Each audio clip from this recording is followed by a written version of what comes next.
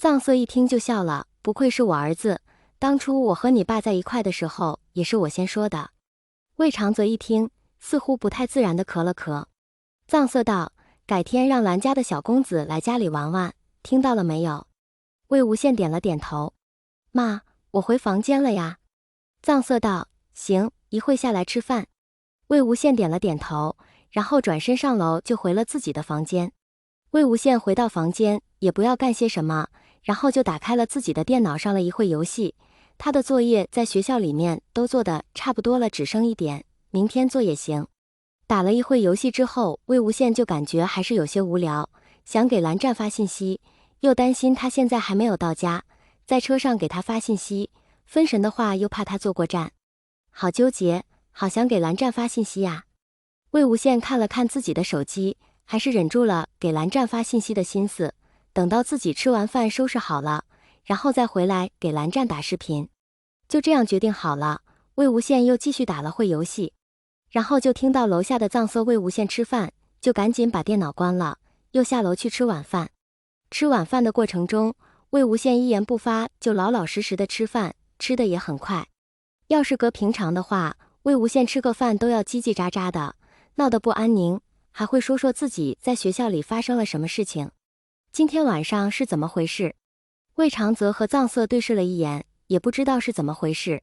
看着魏无羡吃完饭了，藏色还是没忍住问道：儿子，你吃怎么干嘛？魏无羡吃下最后一口饭，道：我要回去给蓝湛打视频。魏长泽和藏色：好了，爸妈我吃饱了，上楼去了。然后一溜烟就跑得没影了。一到自己房间，魏无羡就拿起手机，要给蓝忘机打电话。他先发了一个信息：蓝湛，你吃过饭了吗？等了一会，也没有等到蓝忘机回他，魏无羡就直接一个视频打了过去，不知道蓝忘机在干嘛，过了好一会才接到。不过蓝忘机接起的一瞬间立马就挂了，魏无羡也愣了一下。蓝湛这是在浴室吗？果不其然，蓝忘机回了一句：我一会给你回。魏无羡乐得不行，直接语音道：蓝湛蓝湛，二哥哥你不要挂呀，让我看看呢。他刚刚绝对看见蓝湛的锁骨了。过了大约20分钟，蓝忘机才给魏无羡回了视频。魏无羡接到视频就开始调侃：二哥哥，你刚刚挂电话挂那么快干什么呀？镜头里的蓝忘机正在擦头发，听着魏无羡说的话，只是看了一眼魏无羡，依然不动声色地擦着自己的头发，不吭声。蓝忘机一直不吭声，魏无羡就越想一直调侃，笑得简直像个小狐狸一样。二哥哥，蓝湛，理我呀，你快理理我呀，不理我就当你是害羞了。哎呦，二哥哥居然害羞了呀。蓝忘机好不容易把头发擦完，看着魏无羡的笑，说了句没有。魏无羡看着蓝忘机穿着中规中矩的睡衣，忽然感觉有些干燥，道：就有，你没有那你裹那么严实干嘛呀？蓝忘机神色不变，道：睡衣就这样。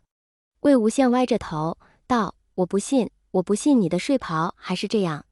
蓝忘机又不吭声了。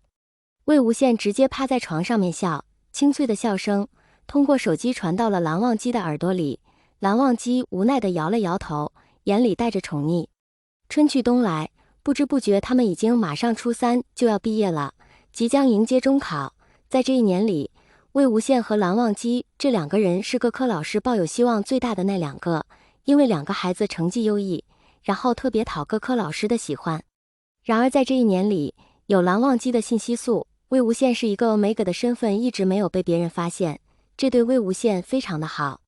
初3的最后一节课，马上就要毕业了，这对魏无羡来说确实有些感慨，倒不是他学业有成，只是拐了个未婚夫回去，确实不错。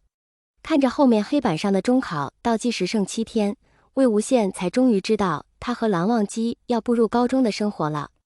他们今天上完上午最后一节课的时候，下午就去拉过去拍毕业照了。不知道是老师故意的还是缘分，魏无羡还就和蓝忘机站在一块了，加上两个人的个头也差不多高。刚拍完毕业照，魏无羡就感觉自己脖子后面的腺体有些烫。蓝忘机最熟悉魏无羡的信息素的味道了，而且再加上他们的信息素契合度特别高，只要魏无羡脖子后面的腺体有一丝丝信息素的味道，蓝忘机就能闻出来。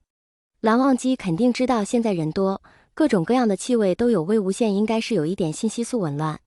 信息素紊乱的话，如果没有适当的 alpha 信息素安抚的话，严重的话估计会当场引诱 Omega 发情。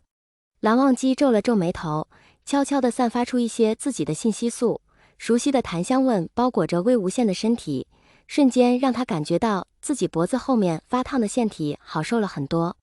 魏无羡没忍住扭过头看的蓝忘机，轻轻地笑了一下，然后又眨了一下眼睛，像一只灵动的小狐狸。现在魏无羡早就不是那个缺乏生理期知识的 Omega 了，怎么说旁边还有一个蓝忘机呢？蓝湛会通通告诉他的。好不容易忙完了，下午的话学生们就可以离校了，因为书太多了，两个人就拉了2个行李箱，把这些书卷子什么的都放在了行李箱里面，两个人就拉着行李箱往校门外面走。这时忽然前面引过来一个女 Omega， 看起来小小的软软，浑身还有甜甜的奶味，也没有刻意收敛自己的信息素的味道，浓浓的牛奶味道。Omega 挡在他们的面前，脸色发红，小声地说：蓝忘机，我有事情想跟你单独说一说。蓝忘机神色冷淡，在这里说也行。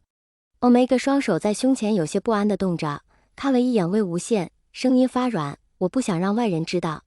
魏无羡饶有兴趣地挑了一下眉，嘴角带着一丝不屑的笑意。蓝忘机神色好像进了冰一样，道：那就算了吧，魏婴，我们走了。魏无羡俏生生地应了一声：好嘞。两个人说着就真的要转身离开。那个 Omega 一看有些急了，又想挡在两个人的面前，谁知道魏无羡忽然转过头看着那个 Omega， 眼神轻蔑不屑，声音冷淡：别打蓝湛的主意，懂？那个 Omega 一听眼就红了，看起来楚楚可怜，声音委委屈屈的：魏同学，你怎么能这样说我呀？魏无羡抓了一下头发，语气不变：你装的再楚楚可怜，我们都不带鸟你一下的，掉几滴眼泪给谁看呢？ Omega 咬着嘴唇道：怎么，蓝忘机一个 alpha， 有人喜欢不是很正常的吗？魏无羡有些烦躁了，道：得了吧，我们蓝湛当然很多人喜欢，非常的正常，但是蓝湛连看你们都不带看一眼的好吧？说完就拉着蓝忘机准备离开。那个 Omega 不服气，还想追上来，魏无羡猛然转过头，眼神冰冷，道：再敢招惹一下蓝忘机，你试试看。